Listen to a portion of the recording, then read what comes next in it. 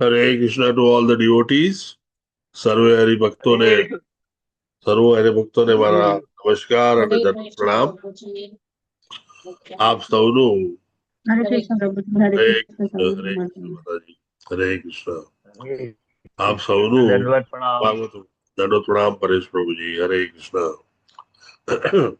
આપ સૌનું વહેલી સવારના શ્રીમદ ભાગવતમના આ ક્લાસમાં હાર્દિક સ્વાગત છે. આ ક્લાસીસ ઇસ્કોન રાધા ગોવિંદ મંદિર કોલાઈ બેંગલુરુ તરફથી લેવામાં આવે છે અને આ ક્લાસીસમાં ખાસ કરીને હિઝ ગ્રેસ શ્રી રમણીશા દાસ પ્રભુજી અને હિઝ ગ્રેસ શ્રી જીતેન્દ્રિય ગોપેશ પ્રભુજી તરફથી આપનું ભાવભીનું સ્વાગત છે. શરૂઆત આપણે પ્રાર્થનાથી કરીશું. આપ પણ આપની પ્રાર્થના બોલાવશો. પ્રભુની કૃપા, પ્રભુની ઈચ્છા વિના આપણે કંઈ પણ મેળવી શકીએ તેમ નથી, તે આપ જાણો છો. ખાસ કરીને ગ્રંથ ભાગવતમ માંથી તેનો અર્થ સમજવો, તેને માટે પ્રભુની કૃપાની ખૂબ જ જરૂર હોય છે. ઓમ અજ્ઞાનતિમિરાંધસ્ય જ્ઞાનાંજન શલાકયા ચક્ષુરુન્મિલિતમ યેન તસ્મૈ શ્રી ગુરુવે નમઃ. શ્રી ચૈતન્ય મનોભીષ્ટમ સ્થાપિતમ યેન ભૂતલે સ્વયં રૂપ કદા મહ્યમ દદાતિ સ્વપદાંતિકમ. વંદેહમ શ્રી ગુરુ શ્રીયુતપદકમલમ શ્રી ગુરુન વૈષ્ણવાંશ શ્રી રૂપમ સાગર જાતમ સગણ રઘુનાથાન્વિતમ તમ સજીવમ સાદ્વૈતમ સાવધૂતમ પરિજન સહિતમ શ્રી કૃષ્ણ ચૈતન્ય દેવમ શ્રી રાધા કૃષ્ણ પાદાન સગણ લલિતા શ્રી વિશાખાન્વિતાંશ. હે કૃષ્ણ કરુણા સિંધો દીનબંધો જગતપતે ગોપેશ ગોપિકા કાંત રાધા કાંત નમોસ્તુતે. તપ્ત કાંચન ગૌરાંગી શ્રી રાધે વૃંદાવનેશ્વરી વૃષભાનુસુતે દેવી પ્રણમામિ હરે પ્રિયે. વાંચાકલ્પતરુભ્યશ્ચ કૃપા સિંધુભ્યૈવ ચ પતિતાનામ પાવનેભ્યો વૈષ્ણવેભ્યો નમો નમઃ. નમો વિષ્ણુપાદાય કૃષ્ણ પ્રેષ્ઠાય ભૂતલે શ્રીમદે ભક્તિ વેદાંત સ્વામી નિતિ નામિને. નમસ્તે સારસ્વતે દેવે ગૌરવાણી પ્રચારિણે નિર્વિશેષ શૂન્યવાદી પાશ્ચાત દેશ તારિણે. જય શ્રી કૃષ્ણ ચૈતન્ય પ્રભુ નિત્યાનંદ શ્રી અદ્વૈત ગદાધર શ્રીવાસાદિ ગૌર ભક્ત વૃંદ. હરે હરે હરે હરે કૃષ્ણ કૃષ્ણ હરે કૃષ્ણ કૃષ્ણ હરે હરે કૃષ્ણ હરે રામ હરે હરે રામ હરે હરે હરે રામ રામ હરે રામ હરે રામ રામ હરે હરે હરે હરે કૃષ્ણ કૃષ્ણ પ્રભુજી કૃષ્ણ દંડવત હરે પ્રણામ. કૃષ્ણ ટુ ઓલ ધ પ્રભુજી દંડવત હરે પ્રણામ. કૃષ્ણ સર્વ હરે ભક્તોને દંડવત પ્રણામ. હરે કૃષ્ણ હરે પ્રભુ, કૃષ્ણ હરે પ્રભુજી કૃષ્ણ પ્રભુજી, દંડવત દંડવત પ્રણામ. પ્રણામ. ઓમ નમો ભગવતે વાસુદેવાય. ઓમ ઓમ નમો નમો ભગવતે ભગવતે વાસુદેવાય. વાસુદેવાય. ઓમ નમો ભગવતે વાસુદેવાય. ઓમ નમો ઓમ નમો ભગવતે ભગવતે વાસુદેવાય. ઓમ નમો વાસુદેવાય. ભગવતે વાસુદેવાય. ઓમ ઓમ નમો નમો ભગવતે ભગવતે વાસુદેવાય. વાસુદેવાય. નારાયણમ નમસ્કૃત્ય નરચૈવ નરોત્તમમ. નારાયણં નારાયણ નમસ્કૃત્ય નમસ્કૃત્યં નરં ચૈવ નરં ચૈવ નરોત્તમम्. નરોત્તમં. દેવીમ સરસ્વતીમ વ્યાસમ તતો જયમુદીરયે. દેવીં દેવી સરસ્વતીં વ્યાસં સરસ્વતીં તતો વ્યાસં તતો જયमुदीरये. જયमुदीरये. शृणतां स्वकथः कृष्ण पुण्यश्रवणकीर्तन. श्रवणकामस्य श्रृणुतां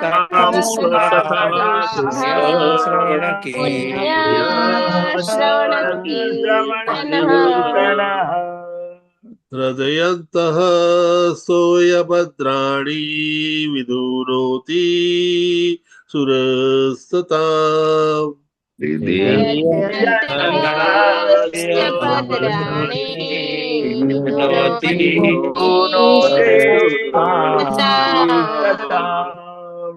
नष्टप्रायेष्वभद्रेषु नित्यं भागवत सेवया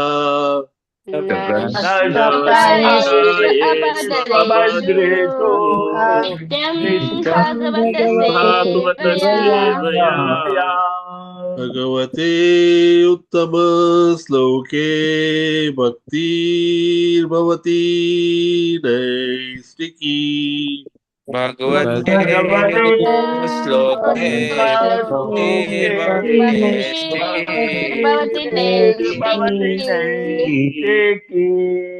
नित्यं भागवत सेवया दररोज श्रीमद भागवतम ગ્રંથ મહારાજનું વાંચન કરવાથી મનન કરવાથી સમજવાથી ક્લાસ લેવાથી ક્લાસ ભરવાથી આપણા જીવનમાં રહેલા અનેક અશુભ તત્વો સંપૂર્ણપણે નાશ પામે છે અને શ્રીમદ ભાગવતમના વાંચન દરમિયાન પ્રભુ શ્રી કૃષ્ણ ઉત્તમ શ્લોકની પૂજા અર્ચના થતી હોવાથી તે આપણને નૈષ્ટિકી ભક્તિ પ્રાપ્ત કરવામાં મદદ કરે છે. હરે કૃષ્ણ પ્રભુજી, દંડ પ્રણામ. માતાજી, પ્રણામ માતાજી. ગો અહેડ માતાજી. નારાયણી સુરૈના માતાજી, હરે કૃષ્ણ માતાજી. આજના જપા વોરિયર્સ વિશે હરે કૃષ્ણ પ્રભુજી, સાદર પ્રણામ. હરે કૃષ્ણ બધાને સાદર પ્રણામ. આજે ઓનલાઈન મંગલા આરતીમાં 114 લોકોએ હાજરી આપી હતી. હરી બોલ. હરે Krishna. Thank you very much માતાજી. થેન્ક યુ ફોર યોર ઉત્તમ સર્વિસ. અને આ સર્વે હરિભક્તોને પ્રભુ નૈષ્ટિકી ભક્તિ પ્રાપ્ત કરવામાં મદદ કરે તેવી અભ્યર્થના અને ખૂબ ખૂબ અભિનંદન. શ્રીમદ ભાગવતમ સ્કંદ 3 અધ્યાય 14. આજે આપણે 49 અને 50 બે શ્લોક લેવાનો પ્રયત્ન કરીશું. શ્લોક બંને કમ્પેરેટિવલી સિમ્પલ છે. 49મો શ્લોક આપણે બધા બોલાવીશું. 50મો શ્લોક કોઈ એક જ વ્યક્તિ બોલાવી અને પછી આપણે આગળ વધીશું કે જેથી સમય આપણને પૂરેપૂરો મળી રહે. અલમ પટઃ શીલધરો ગુણાકરો દ્રષ્ટઃ પરધ્યાર્વ્યતિતો દુઃખિતેષુ અલમ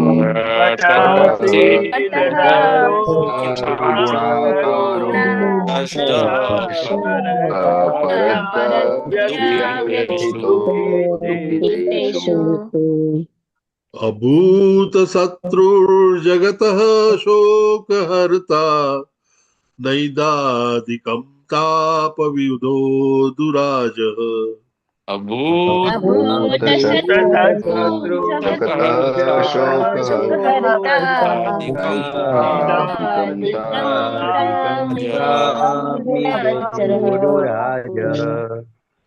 અલમ પટઃ શીલધરો ગુણાકરો ભ્રષ્ટ પરધ્યાવ્યતિતો દુઃખિતેષુ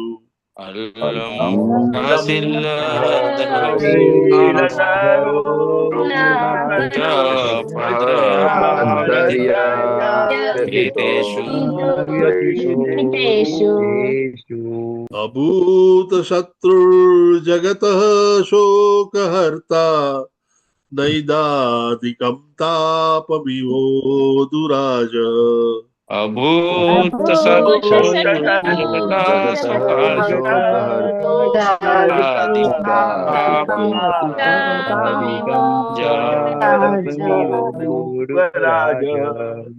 अलम अलम पटः शीलधरो गुणाकरो भ्रष्ट प्रदध्या व्यथितो दुःखितेषु अलम अलं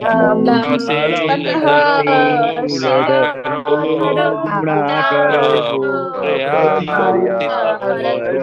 व्यथितो दुःखितेषु अभूत शत्रुर्जगतः शोकहर्ता नैदादिकं तापमिवोऽधुराजः अभूत शत्रु जगतः जगतः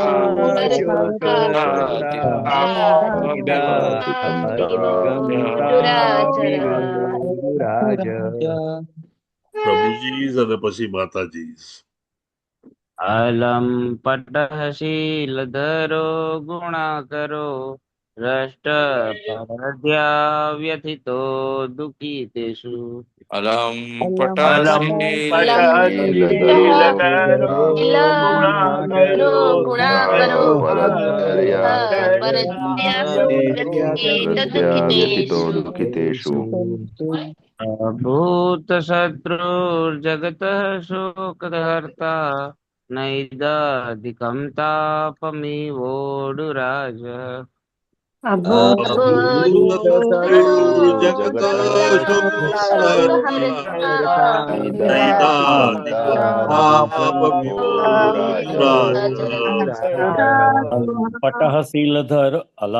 पटः शीलधरो गुणाकरो रिष्टः परर्ध्यार्व्यथितो दुःखितेषु अलम पटः शीलधरो गुणाकरो पदर्ध्या व्यथितो दुःखितेषु अभूत शत्रुर्जगतः शोकहर्ता नैदादिकं तापमिवोऽधुराजः अभूत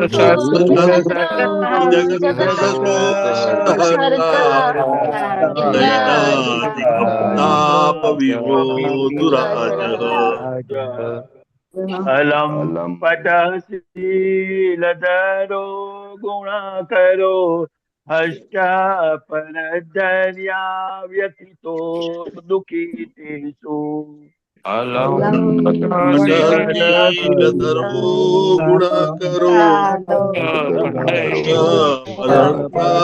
व्यथितो दुःखितेषु अभूत शत्रुर्जगतः शोकहर्ता नैदादिकं तापमिवोऽधुराजः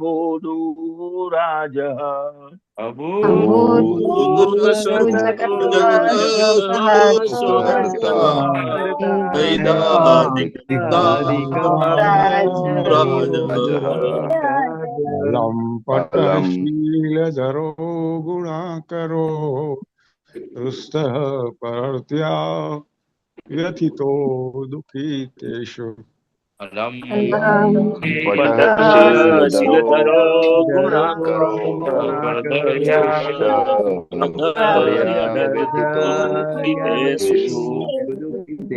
अभूत शत्रुः जगतः शोककर्ता नैदातिकं तापमिवोडुराजः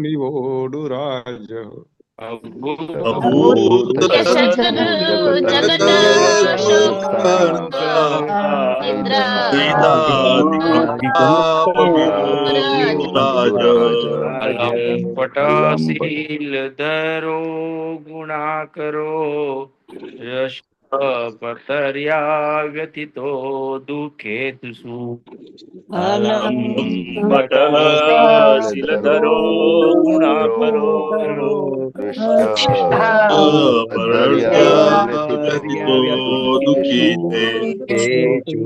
अभूत शत्रु जगतः सुखहर्ता नेदाधिकं तापमिवोडुराजः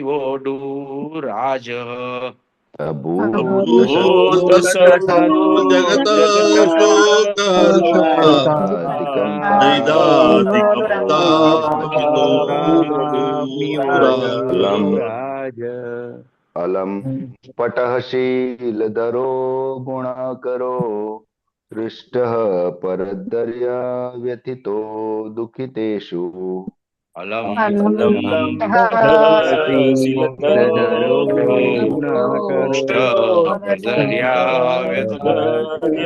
दर्या दुःखितेषु दुःखितेषु अभूतशत्रुर्जगतः शोकहर्ता नैदाधिकं तापमिवोडुराजः अभूत भूत शत्रुर्जगतः शोकहर्ता निदाधिकं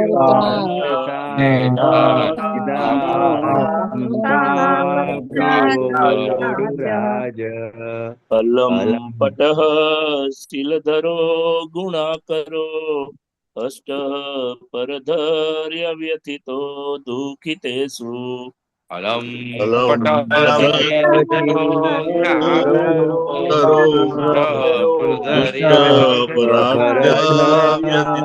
व्यतीतो दुःखितेषु अभूत शत्रुर्जगतः शोकहर्ता नैदाधिकं तापमिवोडुराजः अभूत शोकहर्ता नैदाधिकं तापमिवोऽधुराजः अलम पटशीलधरो गुणाकरो अष्ट परधर्या व्यतीतो दुःखितेषु अलम गुणाकरो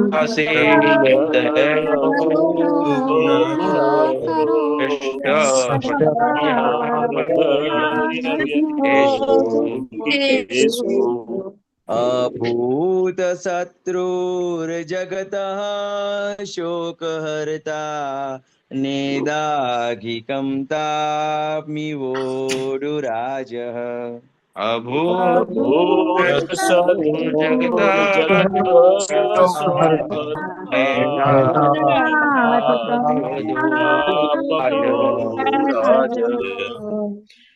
अलम पटशीलधरो गुणाकरो हष्ट परधर्य व्यथितो दुःखितेषु अलम पटशीलधरो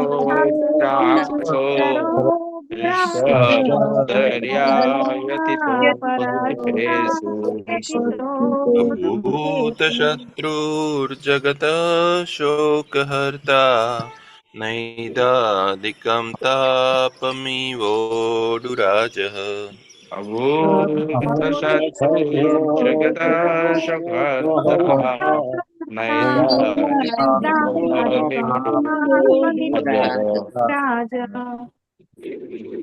अलम पटशीलधरो गुणाकरो अष्ट परद्या व्यथितो दुःखितेषु अलम पटशीलधरो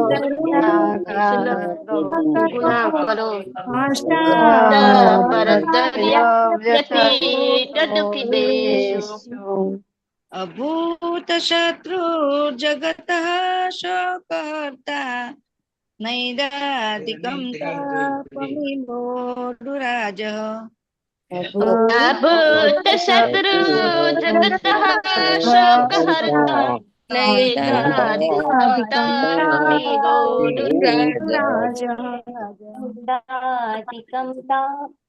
अलम पटशीलधरो गुणकरो भ्रष्ट परदर्या व्यथितो दुःखितेषु अलम पटशीलधरो गुणाकरो हृष्ट परदर्या व्यथितो दुःखितेषु अभूत शत्रु जगतः शोककर्ता नैदाधिकं तापमिवोडुराज अभूत शोकहर्ता वेदाधिकं तापमिवोडुराज विवोडुराज अलं पटशीलधरो धरो गुणाकरो हस्त परद्वयावथितो दुःखितेषु अलं धरो गुणाकरो पटशीलधरो व्यथितो दुःखितेषु अभूत शत्रु जगतः शोकहर्ता नैदाधिकं तापमिवोडुराजः अभूत शत्रुर्जगतः शोकहर्ता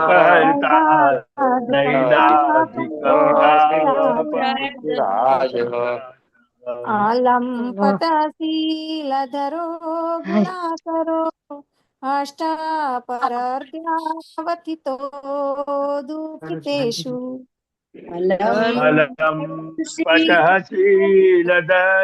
करो हृष्टपरद्याव्यथितो दुःखितेषु अभूतशत्रुर्जगतः शोकहर्ता नैदाधिकं तापमिवोडुराजः भूतशत्रु जगतः शोकहर्ता नैदाधिकं तापमिवोडुराज अलं पटशीलधरो गुणाकरो हृष्ट परद्या व्यथितो दुःखितेषु अलं पटशीलधरो गुणाकरो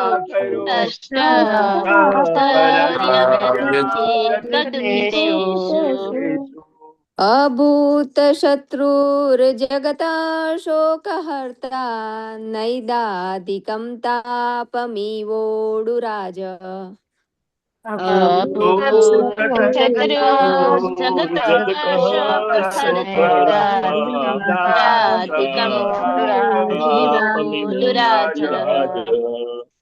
अलं पटः शिलधरो गुणाकरो अष्ट परधर्य व्यथित दुःखितेषु अलं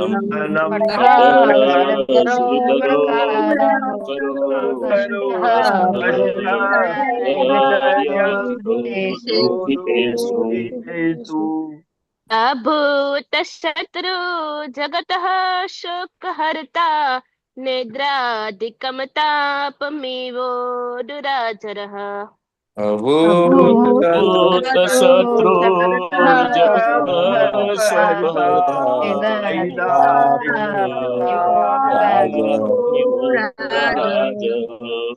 अलं पटशीलधरो गुणाकरो दृष्ट परदर्या व्यथितो दुःखितेषु अलं पटशीलधरो गुणाकरो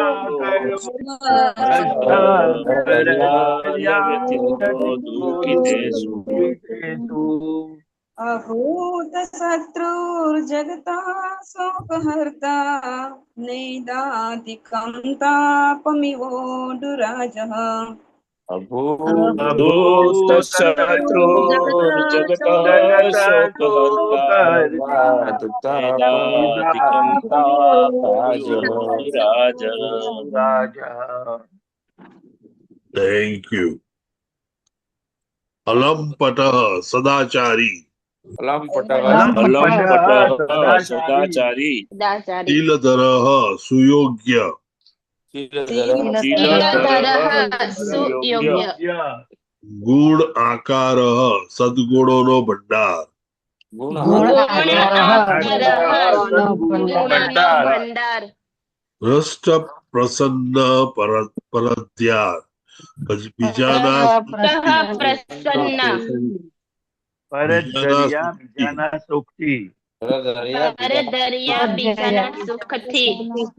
વ્યથિતઃ દુઃખી દુઃખિતેષુ બીજાના દુઃખમાં દુઃખિતેષુ બીજાના દુઃખમાં અભૂત શત્રુ શત્રુ રહિત અભૂત શત્રુ રહિત જગત બધા વિશ્વનો વિશ્વનો શોક હર્તા શોકનો નાશ કરનાર નાશ કરનાર નૈનાતિકમ ઉનાળાના સૂર્યના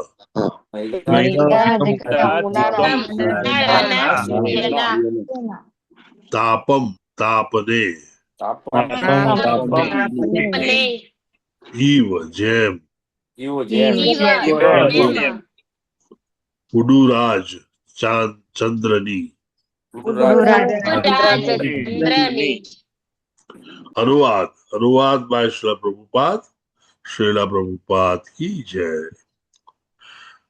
તે સર્વ સદગુણો અને સદાચારના યોગ્ય ભંડાર હશે. તે બીજાના સુખે સુખી તથા આનંદિત થશે, અન્યના દુઃખે દુઃખી થશે તથા અજાત શત્રુ થશે. ઉનાળાના તાપને જેમ ચંદ્રમા દૂર કરે છે તેમ સમગ્ર વિશ્વના શોકનો તે નાશ કરનારો થશે. ભાવાર્થ માટે 3-4 હેડ રેઇઝ થયા છે. ધર્મિષ્ઠા માતાજી, હરે કૃષ્ણ માતાજી, આપ વાંચો માતાજી. હરે કૃષ્ણ. શ્રી પ્રભુપાદ કી જય. ભાવાર્થ શ્રી પ્રભુપાદ. આદર્શ ભગવત ભક્ત એવા પ્રહલાદ મહારાજમાં એક મનુષ્યમાં હોઈ શકે તે સદગુણો હતા. તે આ દુનિયાના સમ્રાટ હતા, છતાં દુરાચારી ન હતા. બાળપણથી જ તે સર્વ સદગુણોના ભંડાર હતા. આ ગુણોના નામ આપ્યા વગર જ આ શ્લોકમાં સાર રૂપે કહ્યું છે કે તેમનામાં સર્વ સદગુણો હતા. શુદ્ધ ભક્તની એ જ નિશાની છે. શુદ્ધ ભક્તનું સૌથી મહત્વનું લક્ષણ એ છે કે તે લંપટ નથી હોતો અને દુઃખી મનુષ્યોના દુઃખ નિવારવા તે હંમેશા આતુર હોય છે. એ તો બીજા ગુણ છે. જીવાત્માને કૃષ્ણનું વિસ્મરણ થાય એ તેનું સૌથી ઊંડું દુઃખ છે. તેથી શુદ્ધ ભક્ત બધા ભક્તોમાં કૃષ્ણ ભાવના જગાડવાનો પ્રયત્ન કરે છે. બધા દુઃખનું આ એક ઔષધ છે. ઔષધ છે. થેન્ક યુ માતાજી, થેન્ક યુ વેરી મચ. ખૂબ જ સરસ રીતે આપને ભાવાર્થ વાંચ્યો. લલિત વેદ પ્રભુજી, સ્નેક તમે બોલાવી લો એકવાર. આપણે બધા બોલીશું, તમે બોલાવો. હરે કૃષ્ણ પ્રભુજી, દંડવત પ્રણામ. દંડવત પ્રણામ પ્રભુજી. અંતર્બહિશ્ચ મલમાબ્જ Netram સ્વપુરુષેચ્છાનુગ્રહિત Roopam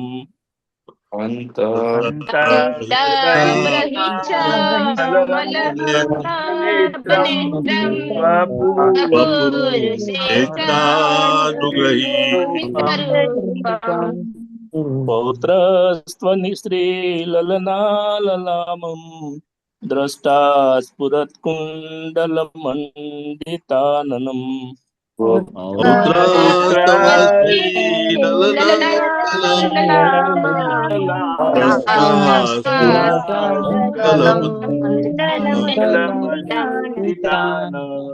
thank you very much Lalit Ved પ્રભુજી. ખૂબ જ સુંદર રીતે આપે ઢાળમાં ગાયો. Thank you. હરે કૃષ્ણ પ્રભુજી, દંડવત પ્રણામ. દંડવત પ્રણામ. અંત અંદર, બહિ બહાર, ચ પણ, અમલમ નિર્મળ, અબ્જ નેત્રમ કમલ નયન,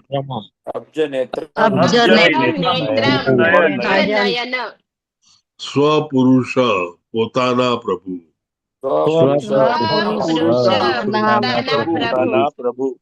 ઈચ્છા અનુગ્રહિત રૂપમ ઈચ્છા પ્રમાણે રૂપ ગ્રહણ કરવું.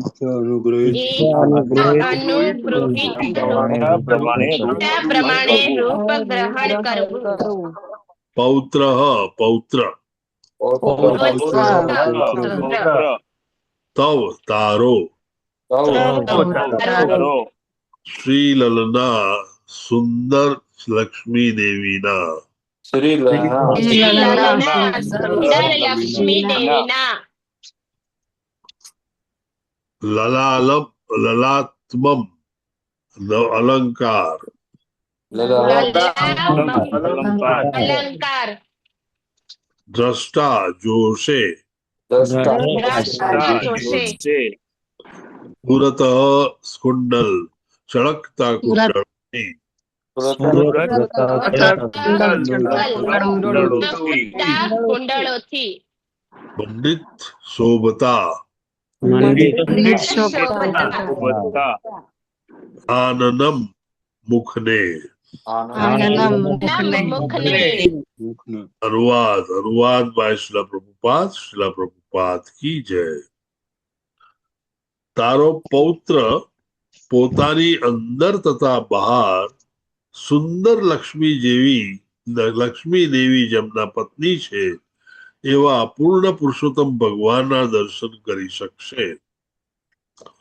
ભગવાન ભક્તની ઈચ્છા અનુસાર રૂપ ધારણ કરી શકે છે અને તેમનું સુંદર મુખ સદા કુંડળોથી શોભે છે.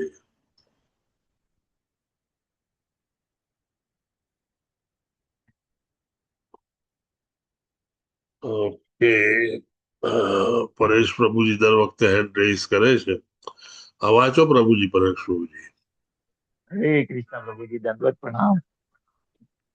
શીલા પ્રભુપાદ કી જય. ભાવાત ભાઈ હિઝ દિવાન શ્રી શીલા પ્રભુપાદ, શ્રી શીલા પ્રભુપાદ નો જય હો. અહીં એવી ભવિષ્યવાણી કહી છે કે દીતિના પૌત્ર પ્રહલાદ મહારાજ ધ્યાન દ્વારા પોતાની અંદર ભગવાનના દર્શન કરી શકશે. એટલું જ નહીં, પરંતુ આંખો વડે પ્રત્યક્ષ સ્વરૂપે તેમના દર્શન કરી શકશે. જે ભક્ત કૃષ્ણ ભાવનામાં બહુ ઉચ્ચ પ્રકારનો ઉત્કર્ષ પામ્યો હોય છે તેને જ આવું પ્રત્યક્ષ દર્શન થઈ શકે છે. કારણ કે પ્રાકૃત આંખે ભગવાનના પ્રત્યક્ષ દર્શન થતા નથી. ભગવાનના અનેકવિધ સનાતન રૂપો હોય છે, જેવા કે કૃષ્ણ, બલદેવ, શંકરષણ, અનિરુદ્ધ, પ્રદ્યુમ્ન, વાસુદેવ, નારાયણ, રામ, નૃસિંહ, વરાહ તથા વામન. ભગવત ભક્ત એ બધા વિષ્ણુ રૂપોને જાણે છે. શુદ્ધ ભક્ત ભગવાનના કોઈ એક સનાતન સ્વરૂપમાં અનુરક્ત થાય છે અને તેની ઈચ્છા મુજબ રૂપમાં ભગવાન તેની સમક્ષ પ્રગટ થવામાં પ્રસન્નતા અનુભવે છે. ભગવાનના સ્વરૂપ વિશે ભક્ત કોઈ તરંગી કલ્પના કરતો નથી, એમ પણ કદી વિચારતો નથી કે ભગવાન નિરાકાર છે અને અભક્તની ઈચ્છા પ્રમાણેનું એનું રૂપ ધારણ કરી શકે છે. અભક્તને ભગવાનના સ્વરૂપ વિશે કોઈ કલ્પના હોતી નથી અને તેથી ઉપયુક્ત રૂપોમાંથી કોઈના વિશે પણ તે વિચારી શકતો નથી. પરંતુ ભક્ત જ્યારે ભગવાનને જુએ છે ત્યારે તે તેમને અત્યંત સુંદર રીતે અલંકૃત સ્વરૂપમાં અને અત્યંત સુંદર નિત્ય સંગીની લક્ષ્મી દેવીની સાથે જ જુએ છે. હરે કૃષ્ણ પ્રભુજી, દંડવત પ્રણામ. શીલા પ્રભુપાદની જય હો. Thank you very much Paresh પ્રભુજી. ભાવાર્થ આપે ખૂબ જ સુંદર રીતે વાંચ્યો. Thank you. અત્યારે આપણે પ્રભુની એ વાત સાંભળી રહ્યા છીએ કે જે ઘણી હર્ષની વાત છે. અને હર્ષની એટલા માટે કે પ્રહલાદ મહારાજ જેવા ખૂબ જ સુંદર પ્રભુ ભક્ત, સંપૂર્ણ પ્રભુ ભક્ત અને પૂર્ણ પુરુષોત્તમના અનુયાયી જેવા તેમને ત્યાં ગ્રાન્ડસન એટલે કે પૌત્ર તરીકે જન્મ લેવાના છે તેની વાત કરી રહ્યા છે. જેમ કડવી દવા લેવી હોય તો એની ઉપર એક મીઠી મીઠા ટેસ્ટનું આવરણ હોય તો તે દવા લઈ શકાય. તેમ પહેલી હકીકત કે તમારે ત્યાં બે અસુર પેદા થવાના છે અને તેના ઘટનાક્રમ પછી અનેક આપત્તિઓ ના વિચારે દેવહૂતિ અને કશ્યપ બંને ઘણા જ શોકમગ્ન હોય ત્યારે આવી વાત જ્યારે આવે તો જરાક મન હર્ષોલ્લાસમાં આવી જાય. આપણે લગભગ આ અધ્યાયના અંતથી એક શ્લોક બાકી છે. તો અધ્યાયમાં આપણે શું શું જોયું તે વિશે એક થોડું વિહંગાવલોકન કરી લઈએ. સમી સાંજે દીતિની નું ગર્ભધારણ દીતિ નોટ દેવહૂતિ દીતિના ગર્ભધારણ વિશેનો આ અધ્યાય એની શરૂઆત વિદુર અને મૈત્રેય મુનિના સંવાદથી થાય છે. વિદુર અને મૈત્રેય મુનિ લગભગ આ આખા સ્કંદમાં સંવાદ દ્વારા આપણને ભગવત કથા અને તેનું જ્ઞાન પીરસી રહ્યા છે. આપ જાણો છો કે મૈત્રેય મુનિ એ વિદુર મહારાજના સ્પિરિચ્યુઅલ માસ્ટર એટલે કે ધર્મગુરુ છે. ઉદ્ધવજી જ્યારે વિદુર મહારાજને મળ્યા કે કૃષ્ણ ભગવાને આપને માટે સંદેશો મોકલ્યો છે અને એ મૈત્રેય મહારાજ જાણે છે, ત્યારે વિદુર મહારાજ ખૂબ જ ગળગળા થઈ ગયા અને ઉદ્ધવજીને તેમના ગુરુ મહારાજ બનાવવા તૈયાર થયા. પરંતુ ઉદ્ધવજી તેમનેથી ઘણા નાના હોવાથી તેમણે સૂચન કર્યું કે આપ મૈત્રેય મુનિ પાસે જાઓ અને એ તમને સંદેશ પણ આપશે અને બીજી બધી ઘણી બધી વાતો કરશે અને તમે તેમને ગુરુ બનાવશો તો તેમાં તમારી ઉંમર પ્રમાણે તેઓ સમકક્ષ રહી શકશે. આમ વિદુર મહારાજ મૈત્રેય મુનિને ગુરુ મહારાજ સમજી અને પછી અનેક વાર્તાલાપો કરે છે. શરૂઆત આ અધ્યાયની એ ઇન્ક્વાયરીથી થાય છે કે આ નીલ વરાહા જે આ બ્લુ ભૂરા કલરના વરાહા છે તે અને તે કઈ રીતે હિરણ્યકશિપુને મારે છે અને તેનું કારણ શું છે. મૈત્રેય મુનિ આ તેમનો સવાલ સાંભળીને ખુશ થાય છે અને તેમને શાબાશી આપતા કહે છે કે આ તમારો સવાલ સુંદર છે, કારણ કે સવાલમાં રહેલા સંદર્ભો ઘણી બધી મોટી વસ્તુઓને આવરી લેશે અને એ બધી જ કથા એ જનહિતાય એટલે સર્વજનને જાણવા માટે અને સર્વના હિત માટેની હશે. ત્યાર પછી દીતિ કશ્યપ મુનિને મળે છે અને તે તેમની કામેચ્છાઓ વિશે કહે છે. તેમની ઘણી બધી આર્ગ્યુમેન્ટ છે, 6-7 આર્ગ્યુમેન્ટ આ એરિયામાં આવે છે 8 થી 15 ના શ્લોકમાં, જેમાં કેટલીક આર્ગ્યુમેન્ટમાં દીતિ કહે છે કે કામ મને બીજી બધી પત્નીઓ તેમના બાળકો સાથે રમે છે તો મને પણ બાળક જોઈએ છે અને મારે પણ તેની સાથે રમવું છે. મેં તમને મારા પતિ તરીકે સ્વીકાર્યા કારણ કે મને તમે બહુ આધુનિક અને વ્યવસ્થિત લાગ્યા હતા, તો તમારે હવે મારી આ ઈચ્છા પૂરી કરવી જોઈએ. કામદેવ મને સતત અત્યારે પજવી રહ્યા છે અને તેથી મારી ઈચ્છા છે કે આપણે આ બાળક મેળવવા માટેના પ્રયત્નમાં પોરવાઈ જઈએ. કશ્યપ મુનિ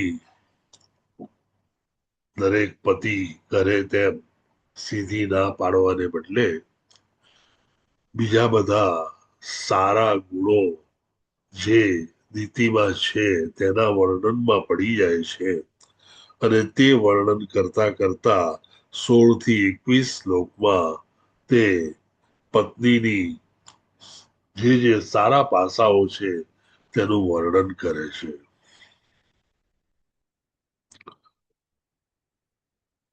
તેમના કહેવા પ્રમાણે ત્રિવર્ગિક સિદ્ધિ અને જે પણ મદદ મારી ઇન્દ્રિયોને કાબુમાં લેવા માટે દીતીએ કરી છે તેની બદલ તે દીતીનો આભાર માને છે તેવું એ કહે છે.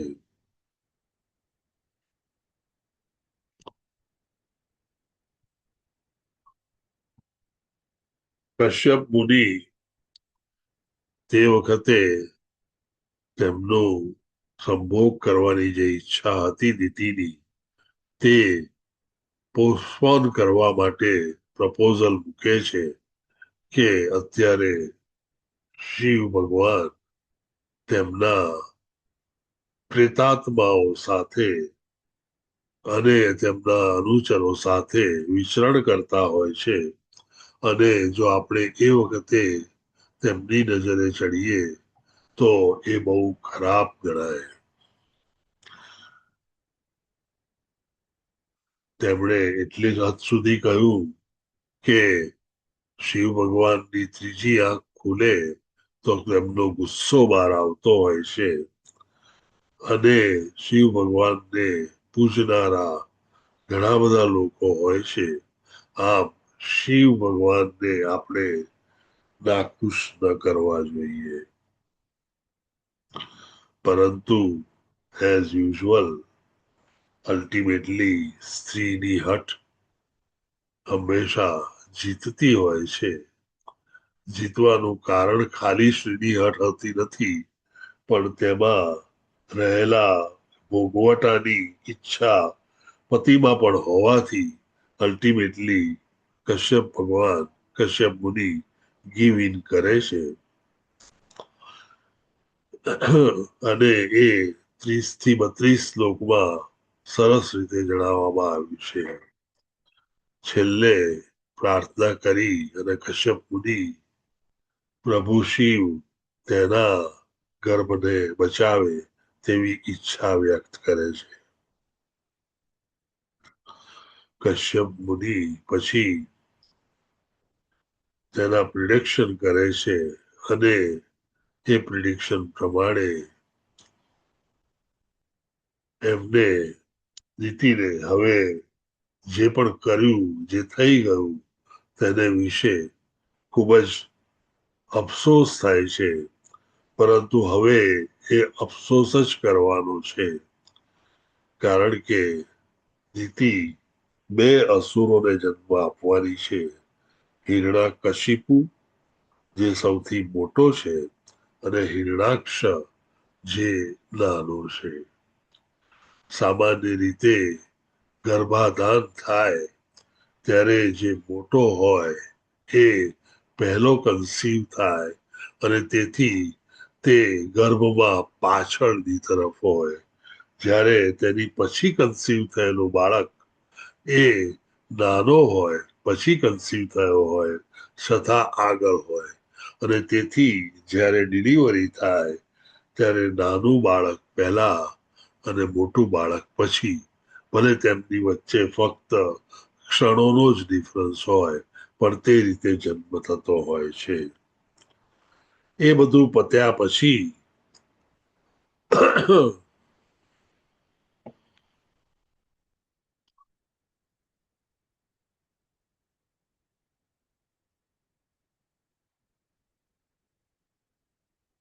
કશ્યપ મુનિ દિતિને સમજાવે છે કે તને જે અત્યંત અફસોસ થઈ રહ્યો છે તેના ફળ સ્વરૂપે તને પૌત્રનો જન્મ થશે અને એ પૌત્ર એ બહુ જ ઉચ્ચ કોટીનો જીવાત્મા હશે અને પ્રભુનો પરમ ભક્ત હશે અને પછી તેની ક્વોલિટીઝ વિશે જે કહેવામાં આવ્યું છે તેમાં આપણે અત્યારે આ વાંચી રહ્યા છીએ.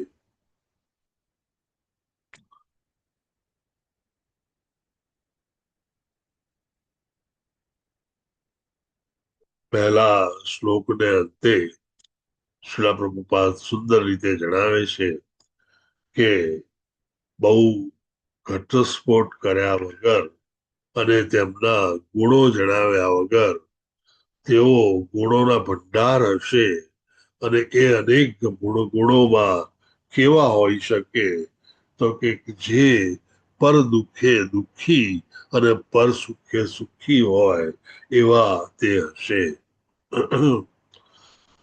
અને તેઓ હંમેશા સદગુણો અને સદાચારના ભંડાર રૂપ હશે. એમનો પ્રતાપ એવો હશે કે ચંદ્રની જે ચાંદની હોય જે ઉનાળાના ભરતાપ પછી રાતે આવે અને ઠંડક પહોંચાડે તેવી ઠંડક આખા વિશ્વને પહોંચાડશે અને વિશ્વ જે શોકમગ્ન હશે તેનો શોક દૂર કરશે.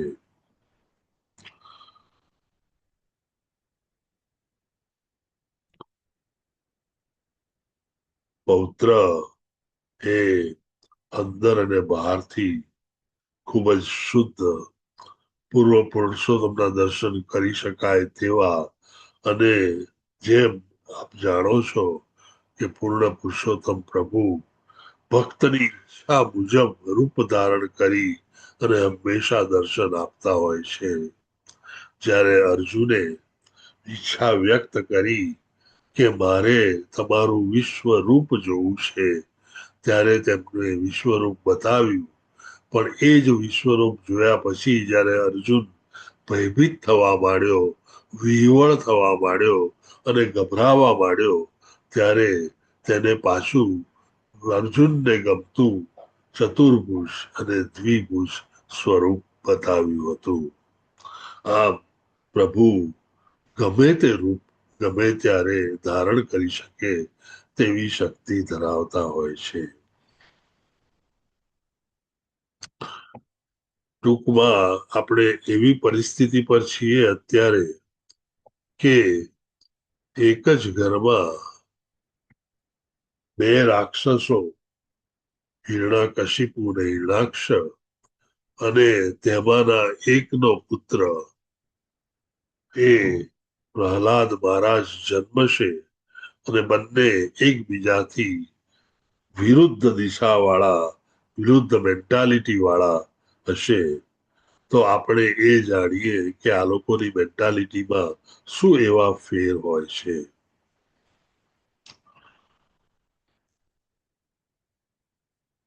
અસુરની કે દાનવની મેન્ટાલિટી કે માઇન્ડસેટ એ આપણે એને પશુ બુદ્ધિ તરીકે ઓળખતા હોઈએ છીએ અને સામાન્ય રીતે વૈષ્ણવ કે જે પુત્ર પૌત્ર જન્મવાનો છે તેની તેના મનને એકત્વ એટલે પ્રભુ સાથે એકત્વ કેળવ્યું હોય તેવી તેની મનની પરિસ્થિતિ હોય છે.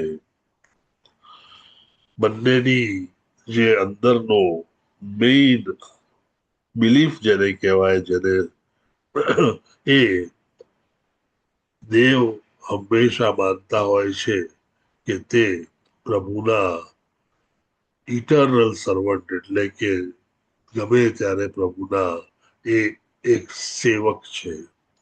જ્યારે અસુરો હંમેશા માનતા હોય છે કે તેઓ પોતે જ ભગવાન છે. આમ તમે જોશો તો બે નોર્થ પોલ અને સાઉથ પોલ હોય એમ ઉત્તર ધ્રુવ અને દક્ષિણ ધ્રુવ જેવી પરિસ્થિતિ દાનવો અને દેવો વચ્ચે સર્જાતી હોય છે. બીજાને તેઓ શું માનતા હોય તો કે એમની સિવાય આજુબાજુના દરેક લોકોને દાનવો હંમેશા ક્યાં તો મિત્ર અને ક્યાં તો એ દુશ્મન ગણતા હોય છે. જ્યારે એ દેવો જે હોય, દૈવી પ્રકૃતિ હોય, તેમાં તે દરેક બાજુના દરેક વ્યક્તિને પ્રભુના એક અદના સેવક તરીકે ઓળખતા હોય છે.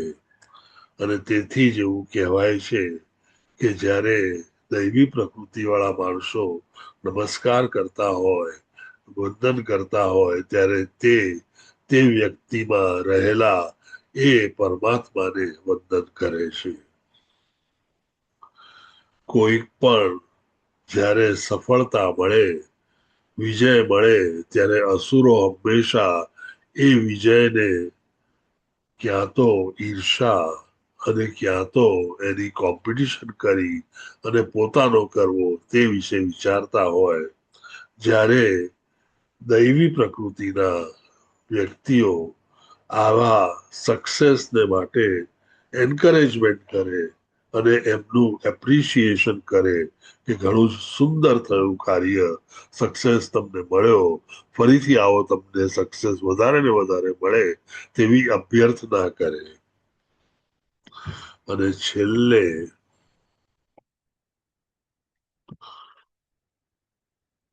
એમનો ડિરેક્શન, એમની માનસિકતાની ડિરેક્શન કેવી હોય તો અસુરો હંમેશા બહારથી મોહ પાશમાં બંધાયેલા, બ્રહ્મમાં બંધાયેલા હોય છે અને તેઓને આ ભૌતિક જગતના કાયદાઓ હંમેશા બાંધતા હોય છે અને બદ્ધ રીતે બાંધી રાખતા હોય છે. જ્યારે દૈવી પ્રકૃતિના લોકો એ હંમેશા અંદરથી અંતરાત્માના અવાજને સાંભળીને, એટલે કે અંદર રહેલા પરમાત્માને સાંભળીને, તેમની ઇન્સ્ટ્રક્શન લઈને તે પ્રમાણે તેઓ આગળ વધતા હોય છે. આમ આપણે જાણ્યું કે દૈવી અને અસુરી માનસિકતા કેટલી એકબીજાથી જુદી હોય છે.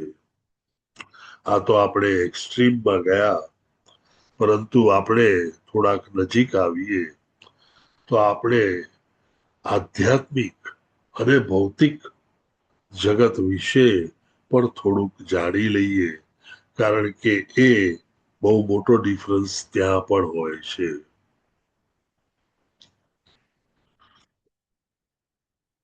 ડાબી બાજુની સ્લાઇડના એરિયામાં ભૌતિક જગતમાં થતા અનેક તકલીફો જે પડે છે તે વિશેનું વર્ણન, અને જમણી બાજુએ આધ્યાત્મિક જગતમાં જે આપણને પ્રોગ્રેસની ભાવના સાથે આનંદ, પ્રમોદ અને ખૂબ જ સારું ફીલ થાય છે તેને વિશે જણાવવામાં આવ્યું છે. ભૌતિક જગતમાં સામાન્ય રીતે નીચેની તરફ સરકવું એ બહુ જ કોમન હોય છે. એવી ભૂલો હોય છે, એવા ટ્રેપ હોય છે કે એ મટીરિયલ મેડનેસ એટલે કે ભૌતિક ગાઢ પણ આપણને સૂજે અને આપણે ગબડી અને સીધે નીચે જ પડતા હોઈએ. ટૂંકમાં સાદી ભાષામાં એમ કહી શકાય કે જ્યારે આપણે ભૌતિક જિંદગી જીવી રહ્યા હોઈએ ત્યારે પર્વત પર ઉભેલા માણસ જેવા હોઈએ. જરાક પણ જો ઠેબુ પડે તો ગબડવાનું શરૂ થાય, અને એ ગબડવાનું આપણી જાન લેવા ગબડવાનું પણ હોઈ શકે, અને એ આપણને છેક નીચે પર્વતની તળેટી પાસે લઈ જાય. આમ એ સરકતા અટકવું એ પણ એક બહુ મોટી વસ્તુ છે. આવા ભૌતિક જગતમાં, આ ભૌતિક ગાઢપણમાં નીચે સરકવાની, જે નીચેની તરફ જવાની કે પશુ તરફ અને એનેથી પણ ખરાબ યોનિઓમાં જવાની કે તેના જેવા ગુણો દર્શાવવાની પદ્ધતિ જે હોય છે તે બહુ જ છૂટે હાથે મળતી હોય છે અને તેથી જ ભૌતિક જગતમાં અનેક આપત્તિઓ એવી હોય છે કે જે આપણને ફરીથી ડિગ્રેડ કરી અને નીચેની તરફ જ લઈ જતા હોય. અને આ બધી જ વસ્તુઓને આપણે અલ્ટિમેટલી કહીએ કે કોન્સિક્વન્સ ઓફ કેરલેસનેસ, એટલે કે તમે જો સહેજ પણ કેરલેસ થાવ તો એના કોન્સિક્વન્સ તરીકે પડતી એ મુખ્ય હોય છે. જ્યારે આધ્યાત્મિક જગતમાં હંમેશા ગોલ એક જ રહેલો હોય છે કે નારાયણ પ્રભુની સ્મૃતિ કરવી, HCRW, hearing, chanting, remembering and worshipping. આ ચાર વસ્તુ એ આપણી ભક્તિના માર્ગની મેઇન વસ્તુઓ છે. HCRW, hearing, chanting, remembering and worshipping. આ ચાર વસ્તુઓથી આપણે શરૂઆત કરીએ છીએ અને આગળ જતા જતા પણ આ જ ચાર વસ્તુઓ આપણને આપણા આધ્યાત્મિક માર્ગમાં આગળ લઈ જાય છે. આધ્યાત્મિક માર્ગમાં ગમે તે અચીવમેન્ટ કરીએ, પ્રભુ પાસે પહોંચીને પ્રભુની સેવા શરૂ કરીએ, ત્યાં પણ આ જ ચાર વસ્તુ હોય છે. એટલે અત્યારે આપણે જે ચાર વસ્તુ કરી રહ્યા છીએ તે જ ચાર વસ્તુઓ આખી જિંદગી પછી અને પ્રભુની સેવા કરતા કરતા પણ કરવાની છે. અને તેથી અત્યારથી જ આપણે તેને સારી રીતે કરતા શીખી લઈએ, કારણ કે હવે આપણા આધ્યાત્મિક માર્ગમાં આ જ ચાર વસ્તુઓ મેઇન છે અને એ ચાર વસ્તુઓ સતત રહેવાની છે. તમે મોક્ષ પામ્યા પછી, તમે આ જન્મ અને મરણના ફેરાઓમાંથી મુક્ત થયા પછી, સેલ્ફ રિયલાઇઝેશન થયા પછી, કે પ્રભુના પરમ ભક્ત બન્યા પછી, પરમહંસ થયા પછી પણ આ ચાર જ વસ્તુઓ આપણે આગળ ઉપર કરવાની છે. અને આમ જે પ્રોગ્રેસિવ પ્રેક્ટિસ અલ્ટિમેટલી આ ચાર પિલર પર જ બંધાયેલી હોય છે. પ્રભુના માર્ગ પર જ્યારે જતા હોઈએ ત્યારે હંમેશા એક ફિલિંગ થતી હોય છે કે આપણે ઉર્ધ્વ ગતિ પામી રહ્યા છીએ. અને એ ઉર્ધ્વ ગતિ જ્યારે તમે આ ભૌતિક જગતના 3 બંધનો અને નિયમો અને 3 દુઃખો ને પર થાવ ત્યારે એક જે ફિલિંગ આવતી હોય છે એને એક્સટેટિક ફિલિંગ કહેવાય છે. અને એ એક્સટસી પરમ ભક્તોને બહુ જ સામાન્ય રીતે આવતી હોય છે. ટૂંકમાં આપણે નિયોફાઇટ અને પરમ ભક્ત આમ જોવો તો જમીન અને આસમાનનો ફેર, પરંતુ બંને લોકો એક જ સરખું કરતા હોય છે, ખાલી કરવાની રીત જુદી હોય છે. જેમ આપણે મટીરિયલ ભૌતિક જગતમાં કહીએ છીએ કે successful people do not do different things, they do things differently. એટલે જે લોકો સફળ થતા હોય છે એ કઈ જુદું નથી કરતા, પણ જે કરે છે એ જુદી રીતે કરે છે. આમ આપણે એ જુદી રીત શીખવાની છે, કેળવવાની છે અને એ રીત પ્રમાણે આપણે આગળ વધવાનું છે. આમ એક જ ઘરમાં જ્યારે અસુરો અને એની પછી તેમની નવી પેઢી તરીકે દેવતા જન્મવાના હોય ત્યારે આપણે એ જાણવું જરૂરી છે કે દૈવી પ્રકૃતિ અને આસુરી પ્રકૃતિ કેવી હોય અને ભૌતિક જગત અને આધ્યાત્મિક જગત વચ્ચેના શું ફેર હોય છે. Any question, any query, any doubt? Please go ahead.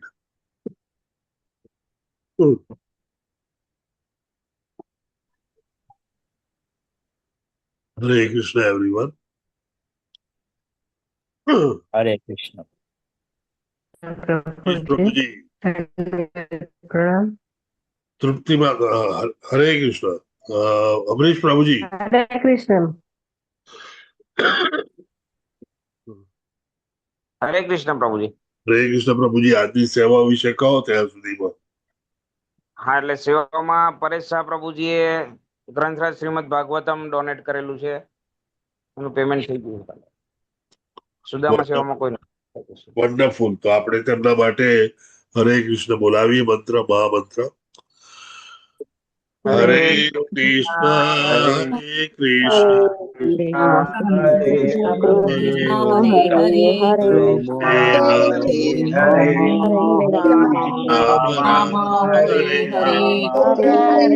પ્રભુજી દંડવત પ્રણામ. કૃષ્ણ પ્રભુજી દંડવત પ્રણામ. હરે કૃષ્ણ પ્રભુજી દંડવત પ્રણામ. માતાજી. હરે કૃષ્ણ પ્રભુજી દંડવત પ્રણામ. માતાજી હરે કૃષ્ણ. હરે કૃષ્ણ પ્રભુજી હરેશ પ્રભુજી દંડવત પ્રણામ. હરે કૃષ્ણ. અને ભાનુબેન માતાજી, મુકેશ પ્રભુજી હરે કૃષ્ણ. સંજય પ્રભુજી હરે કૃષ્ણ. હરે કૃષ્ણ ટુ એવરીવન. વિલાસ પ્રભુજી હરે કૃષ્ણ.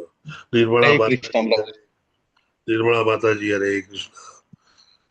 નીના માતાજી હરે કૃષ્ણ. પ્રભુજી, બધા ભક્તોને વિનંતી છે કે ટ્રાય કરો જન્માષ્ટમી અને 4 અને 5 તારીખે ઇસ્કોન બેંગલુરુ આવવા માટે. યસ, આપણે બેમાંથી એકમાં તો જવું એવું નક્કી જ હોય છે, પણ બંનેમાં જઈ આવો તો બહુ જ સારું. જેમ જીતેન્દ્રિય, ગોપેશ પ્રભુજી બંને વખતે જવાના છે, તો બંને વખતે યાત્રા કરો. બેંગ્લોર એ આપણું હાલમાં બેટર છે, ત્યાંથી આપણે બધું શીખ્યા છીએ. તો બંને રથયાત્રા અને જન્માષ્ટમી બંને જો એટેન્ડ કરી શકાય તો ખૂબ સારું. પણ જો રથયાત્રા ન એટેન્ડ થઈ હોય તો જન્માષ્ટમીમાં તો જવું જ જોઈએ, અને જન્માષ્ટમીમાં તો એમાંય તે દરેકે આવવું જ જોઈએ. હરે કૃષ્ણ ટુ એવરીવન. દંડ પ્રણામ ટુ એવરીવન. હરે કૃષ્ણ.